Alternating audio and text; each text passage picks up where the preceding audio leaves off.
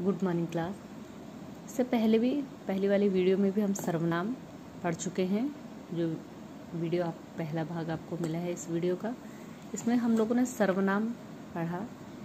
सर्वनाम की परिभाषा पढ़ी कि जो सब संज्ञा के स्थान पर प्रयोग होते हैं सर्वनाम कहलाते हैं, जैसे मैं, तुम, वह, हम, हमने आदि। फिर हमने सर्वनाम के भेद पढ़े। सर्वनाम के कितने भेद होते हैं? 6 भेद होते हैं। पुरुषवाचक, निश्चयवाचक, अनिश्चयवाचक, संबंधवाचक, प्रश्नवाचक और निजवाचक। ठीक है। पुरुषवाचक सर्वनाम ने पढ़ा था कि जब जो सर्वनाम किसी दो व्यक्तियों को, बोलने वाले, सुनने वाले और जिसके बारे में बात हो रही है उसके लिए प्रयुक्त होते हैं।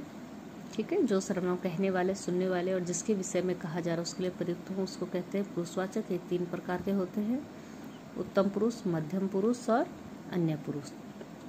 उत्तम पुरुष यानी स्पीकर, बोलने वाला, ठीक है, जिसके बारे में बात हो रही है, बोलने वाला स्पीकर, जिसके बारे में बात हो रही है। मध्यम पुरुष यानी लिसनर, ये सुनने वाला। अन्य पुरुष जिसके बारे में हम बात कर रहे हैं। ठीक है। तो ये पुरुषवाचक सर्वनाम के तीनों भेद हो गए: उत्तम पुरुष स्पीकर, बोलने वाला; मध्यम पुरुष लिसनर, सुनने वाला; अन्य पुरुष अदर पर्सन जिसके बारे में बात कर रहे हैं। ठीक है। फिर सेकंड था निश्चयवाचक सर्वनाम। वह सर्वनाम जो किसी दूर या पास के व्यक्ति वस्तु के निश्चित बोध कराए, जैसे यह पुस्तक तुम्हारी है। ठीक है, वो निश्चयवाचक सर्वनाम। फिर अनिश्चयवाचक सर्वनाम, जिस सर्वनाम से किसी निश्चित व्यक्ति, प्राणी या वस्तु का बोध ना हो उसको कहेंगे अनिश्चयवाचक, जैसे दरवाजे पर कोई आया है। ठीक है। आज हम पढ़ेंगे संबंधवाचक सर्वनाम। ठीक है। संबंधवाचक सर्वनाम क्या होता है, इसकी डेफिनेशन हम देख लेंगे। वाक्य में प्रयुक्त दूसरे संज्ञा या सर्वनाम शब्दों से संबंध बताने वाले सर्वनाम संबंधवाचक सर्वनाम कहलाते हैं। वाक्य में, किसी वाक्य में, ठीक है, आए दूसरे संज्ञा या सर्वनाम के साथ संबंध बताने वाले जो सर्वनाम होते हैं वो क्या कहलाते हैं? संबंधवाचक सर्वनाम। ठीक है। जैसे इस वाक्य को हम उदाहरण के लेंगे, जो मेहनत करेगा वह पास होगा। ठीक है। तो जो और वह, ये सर्वनाम क्या है? इन दोनों के बीच में संबंध बता रहे हैं। ठीक है, कि मेहनत जो करेगा वही पास होगा। तो ये दोनों सर्वनाम क्या हैं? संबंधवाचक सर्वनाम है। जो करेगा सो भरेगा। ठीक है। तो जो और सो ये भी क्या है? संबंधवाचक सर्वनाम है। ठीक है। तो आप लोग समझ गए कि दूसरे संज्ञा और सर्वनाम के साथ जो सर्वनाम संबंध बताएं वो क्या होंगे? संबंधवाचक सर्वनाम। या प्रश्नवाचक सर्वनाम। प्रश्नवाचक सर्वनाम क्या होगा? जिस सर्वनाम का प्रयोग किसी व्यक्ति या वस्तु के संबंध जानने के लिए किया जाता है। क्या हुआ? जिस सर्वनाम का प्रयोग किसी व्यक्ति या वस्तु के संबंध में प्रश्न पूछने या जानने के लिए किया जाए। किसी भी व्यक्ति या वस्तु के विषय में प्रश्न पूछने के लिए किया जाए उसे कहेंगे प्रश्नवाचक सर्वनाम। उदाहरण देख लेंगे। कौन आया, ये किसका उदाहरण है? प्रश्नवाचक सर्वनाम। प्रश्न पूछा गया ना किसी व्यक्ति के लिए, कौन आया। आज तुमने क्या खाया, किसी वस्तु के लिए, है ना, कि आज तुमने क्या खाया, प्रश्न पूछा गया, तो ये क्या है? प्रश्नवाचक सर्वनाम। अब देखिए निजवाचक सर्वनाम। जो सर्वनाम कर्ता के साथ अपनापन का बोध कराते हैं वे निजवाचक सर्वनाम कहलाते हैं। अर्थात जो सर्वनाम कर्ता स्वयं के लिए प्रयुक्त करता है। कर्ता यानी सब्जेक्ट, है ना। तो जो सर्वनाम हमारा सब्जेक्ट या कर्ता अपने स्वयं के लिए प्रयोग करेगा उसको क्या कहेंगे? निजवाचक सर्वनाम। जैसे महेश यह काम स्वयं कर लेगा। सब्जेक्ट क्या है? महेश। और स्वयं किसके लिए आया है? महेश के लिए आया है। तो कर्ता क्या है? महेश। तो महेश के लिए स्वयं सर्वनाम आया है तो ये क्या हो जाएगा? निजवाचक सर्वनाम। वह अपने आप आ गया। वह कर्ता है और अपने आप जो सर्वनाम है वो भी किसके लिए आया है? वह के लिए आया है। ठीक है। तो ये क्या हो गए? निजवाचक सर्वनाम। समझ गए आप लोग? तो आप लोगों ने पढ़ा संबंधवाचक सर्वनाम, यानी कि वाक्य में एक दूसरे संज्ञा सर्वनाम से संबंध बताने वाले सर्वनाम। फिर आपने पढ़ा प्रश्नवाचक सर्वनाम, वाक्य में किसी भी व्यक्ति या वस्तु के बारे में जो प्रश्न किया जाए, प्रश्न को बोध कराए उसे प्रश्नवाचक, जिनके द्वारा प्रश्न पूछा जाए वो प्रश्नवाचक सर्वनाम। निजवाचक, जो कर्ता स्वयं के लिए प्रयुक्त करे या कर्ता की निजता जिनसे प्रकट हो वो क्या हो जाएंगे, निजवाचक सर्वनाम। तो अब ये तीनों सर्वनाम आपने देख लीजिए, ठीक है। इसके बाद लोग देखेंगे पुरुषवाचक सर्वनाम की रूप रचना, है ना, कि किस प्रकार से सर्वनाम की रचना होती है। तो हम लोग देखेंगे पुरुषवाचक सर्वनाम में उत्तम पुरुष में मैं शब्द है, तो कर्ता में अगर आएगा तो मैं या मैंने आएगा एक वचन में, और बहुवचन में आएगा हम, हमने, हम लोग। कर्म में मुझे, मुझको, और बहुवचन ये एक वचन के, ये बहुवचन में हमें, हमको, ठीक है। मध्यम पुरुष, ये उत्तम पुरुष के में था मैं, मध्यम पुरुष क्या है, तू। उत्तम पुरुष यानी स्पीकर, स्पीकर यानी मैं, ठीक है।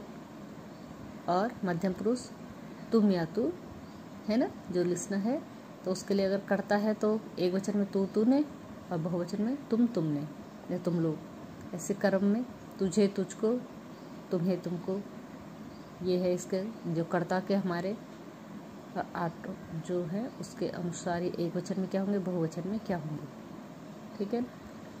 ऐसे ही अन्य पुरुष अदर्स जो होगा तो वह होगा या वे होंगे, उसमें कर्ता में वह उसने एक वचन, बहुवचन वे उन्होंने। कर्म में एक वचन में उसे उसको, और बहुवचन में उन्हें उनको, ठीक है ना। देखिए जो कर्ता कारक में एक वचन में जो, जिसने, और बहुवचन में जो, जिन्होंने। कर्म में जिसे, जिसको, और बहुवचन क्या है, जिन्हें, जिनको, ठीक है। निश्चयवाचक शब्द यह कर्ता में यह, इसने, एक वचन, बहुवचन ये, इन्होंने, इन लोगों को। कर्म में इसे, इसको, एक वचन, बहुवचन में इन्हें, इनको, ठीक है। अनिश्चयवाचक कोई, कर्ता में एक वचन क्या होगा, कोई, किसी ने, बहुवचन किन्हीं ने, ठीक है। इस प्रकार से हम इसको देख लेंगे।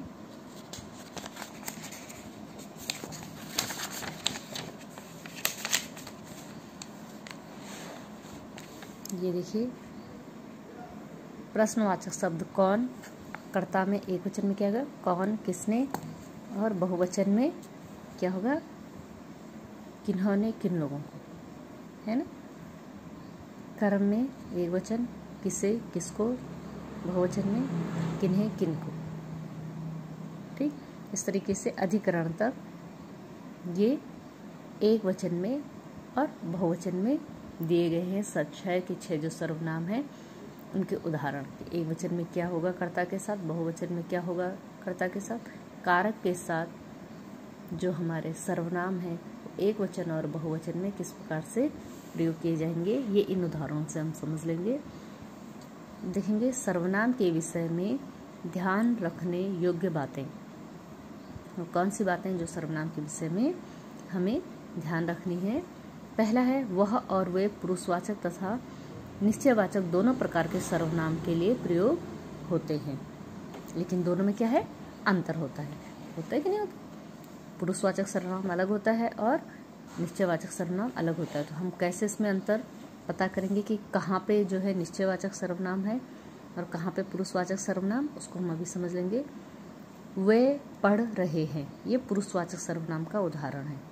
वे पढ़ रहे हैं।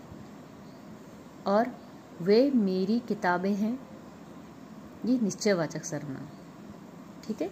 यहाँ पे फर्स्ट पर्सन, सेकंड पर्सन या थर्ड पर्सन किसी के लिए भी पुरुषवाचक, उत्तम पुरुष, मध्यम पुरुष, अन्य पुरुष के लिए ये वे वह आएगा, वे वह आ सकता है, ठीक है ना। जबकि यहाँ पे क्या हो, निश्चयवाचक सर्वनाम के किसी दूर या पास की वस्तु के लिए या व्यक्ति के लिए आएगा, है ना। वह बुद्धिमान है, वह बुद्धिमान है, ये पुरुषवाचक सर्वनाम का उदाहरण है। मेरी किताब वह है, निश्चयवाचक सर्वनाम हुआ, है ना। मेरी किताब वह है, किसका उदाहरण हुआ? निश्चयवाचक सर्वनाम का। जब वे और वह सर्वनामों का प्रयोग बोलने वाला व्यक्ति अन्य पुरुष के लिए करता है तब पुरुषवाचक सर्वनाम, और जब वे और वह सर्वनाम का प्रयोग किसी वस्तु या प्राणी की ओर संकेत करने के लिए किया जाता है तब निश्चयवाचक सर्वनाम। समझ गए आप लोग?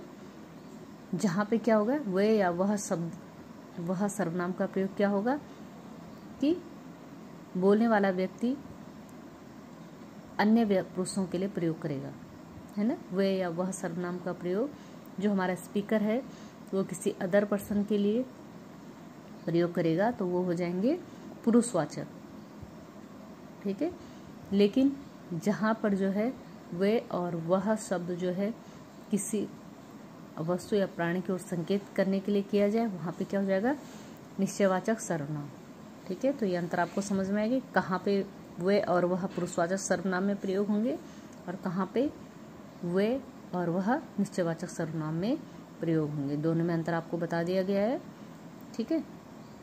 किसी के प्रति आदर या श्रद्धा व्यक्त करने के लिए तू या तुम के स्थान पे आप का भी प्रयोग किया जाता है, आप लोगों को पता है ना। अत्यंत निकटता या ईश्वर के लिए तू का प्रयोग किया जाता है, जो हमारे अत्यंत निकट हो, जिन्हें हम समझते कि हमारे बिल्कुल करीबी हैं, उनके लिए हम आपकी जगह तू शब्द का प्रयोग भी करते हैं, या ईश्वर के लिए भी हम तू शब्द का प्रयोग करते हैं। दूर की वस्तु की ओर संकेत करने के लिए वह तथा नज़दीक की वस्तु की ओर संकेत करने के लिए यह का प्रयोग होता है, ठीक है। अनिश्चयवाचक सर्वनाम शब्दों कोई और कुछ में कोई का प्रयोग किसी व्यक्ति के लिए तथा कुछ का प्रयोग किसी वस्तु आदि के लिए किया जाता है, ठीक है। अनिश्चयवाचक सर्वनाम में कोई सर्वनाम किसके लिए आएगा? व्यक्ति के लिए, और कुछ वस्तु के लिए आएगा, है ना। तो ये जो है सर्वनाम में ध्यान रखने वाली बातें हैं, ये चारों बातें आप समझ गए। पहला क्या था कि वे और वह जो सर्वनाम है वो पुरुषवाचक में भी प्रयोग होते हैं और निश्चयवाचक में तो कहाँ पे पुरुषवाचक में प्रयोग होंगे और कहाँ पे निश्चयवाचक में, ये आप लोगों को बता दिया गया था। उसके बाद तू या तुम के स्थान पे जो है आप का प्रयोग कैसे किया जाएगा, है ना। ये भी आपको पता है कि श्रद्धा के लिए हम तू या तुम के स्थान पे आप प्रयोग करते हैं। अत्यंत निकटता के लिए तू शब्द का प्रयोग किया जाता है। किसी दूर की व्यक्ति वस्तु के लिए वह तथा नज़दीक की व्यक्ति वस्तु के लिए यह का प्रयोग किया जाता है। अनिश्चयवाचक सर्वनाम में कोई और कुछ का प्रयोग कोई व्यक्ति के लिए और कुछ वस्तु के लिए प्रयोग होता है। ये स्मरणीय बिंदु यानी याद रखने वाले जो तथ्य हैं, जो बातें हैं, वो देख लीजिए। पहला है, जो शब्द संज्ञा के स्थान पे प्रयोग किया जाता है उसे सर्वनाम कहते हैं। ये आपके पाठ का सार है, कुछ बिंदुओं में आपको इसे समझाया गया है। तो जो शब्द संज्ञा के स्थान पे प्रयोग किया जाता है उन्हें क्या कहते हैं? सर्वनाम।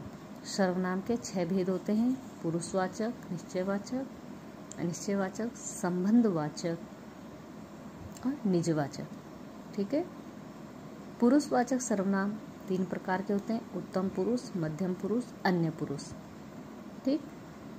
सर्वनाम में संबोधन नहीं होता है, ए, अरे, हो, ये सर्वनाम में प्रयोग नहीं होते हैं। तो सर्वनाम में क्या होगा? संबोधन का प्रयोग हम नहीं करेंगे, ठीक है। ये आप लोगों का पाठ अब सर्वनाम जो है यहाँ पे समाप्त होता है।